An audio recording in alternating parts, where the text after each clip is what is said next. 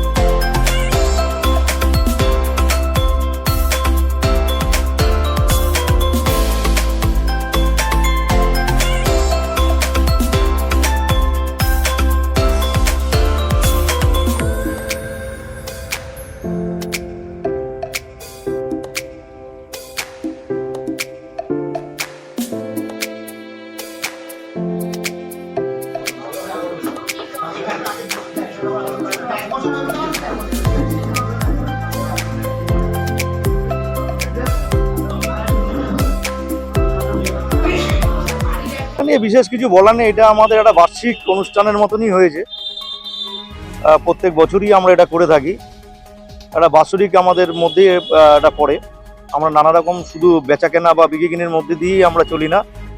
প্রত্যেকটা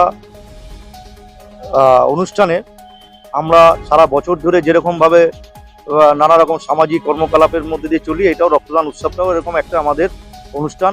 প্রত্যেক বছর এটা আমরা করি। প্রত্যেক মানুষের ঢল নামে। আজকেও প্রচুর মানুষ রক্ত দিয়েছে, এখনও অনেক মানুষ রক্তের লাইনে দাঁড়িয়ে আছেন। আমরা যারা রক্ত দিয়েছেন তাদেরকেও ধন্যবাদ জানাই। আর আমাদের নেতা total diamond Harbour road hawkers association এবং বিপ্লব সংগ্রাম কমিটির সভাপতি তথা দক্ষিণ চব্বিশ পরগনা জেলার INTTUCর সভাপতি এবং সারা রাজ্যের সহ সভাপতি সদ্য শক্তিপদ মণ্ডল মহাশয়ের নেতৃত্বে আমরা এটা করি।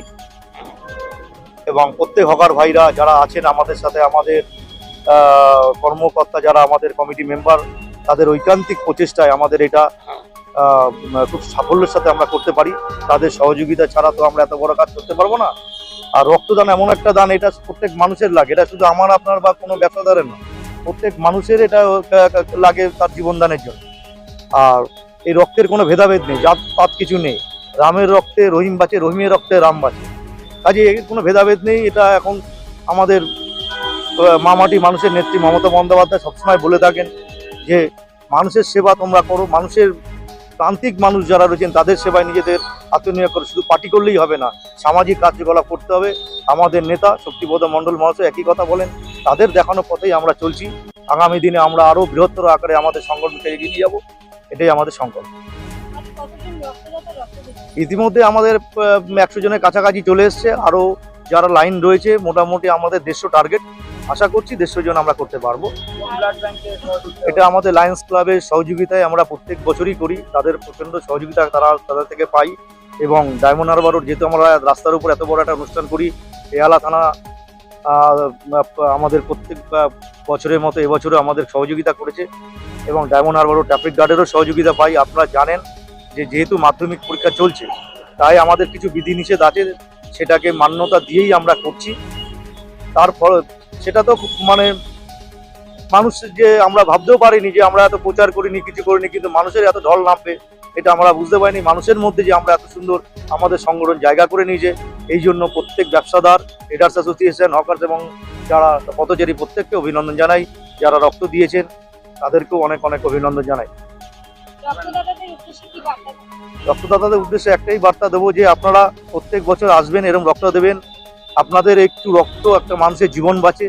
আপনাদের রক্ত দেওয়ার মধ্য দিয়ে মানুষের জীবন বাঁচবে। জীবনের থেকে তো বড় কিছু নেই। কাজেই রক্ত এমন একটা জিনিস যে কেনা মানে পয়সা দিয়ে যেটা কেনা যায় না। কাজেই তাদেরকে ধন্যবাদ দিয়ে আমি ছোট করব না। তাদেরকে বলো প্রত্যেক বছর আমাদের এখানে আসবেন। আমাদের এখানেও না হলে অন্য কোথাও রক্ত আপনারা প্রত্যেকেই দেবেন, এই বার্তাই তাদের কাছে দেব। আর এখন আমার নাম তরুণকান্তি ঘোষ।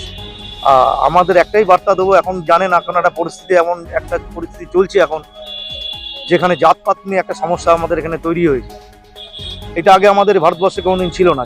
জাতপাতের মধ্যে একটা আগুন লাগানোর মধ্যে চেষ্টা চলছে, যে হিন্দু মুসলিমের মধ্যে দাঙ্গা লাগানোর চেষ্টা চলছে। এইটা ভারতবর্ষের মানুষ, পশ্চিমবাংলার মানুষ কখনো মেনে নেবে না। এবং এর মধ্য দিয়ে যেসব মানুষকে হয়রানি করছে আপনারা প্রত্যেকেই জানেন। প্রত্যেকটা মানুষ যারা এখানকার দেশের নাগরিক, এখানের জন্ম কর্ম তাদেরকে ডাকছে, এবং আমাদের সাংসদ দেবকেও তিনবারের সাংসদ, তাকেও যেভাবে হেনস্থা করছে, প্রত্যেকটা বিশিষ্ট মানুষ জয় গোস্বামী থেকে শুরু করে বহু মানুষকে হেনস্থা করছে। কাজেই এমন একটা কঠিন পরিস্থিতির মধ্যে দিয়ে আমরা চলছি। আগামী দিন নির্বাচন আসছে, মানুষ তার উপযুক্ত জবাব দেবে।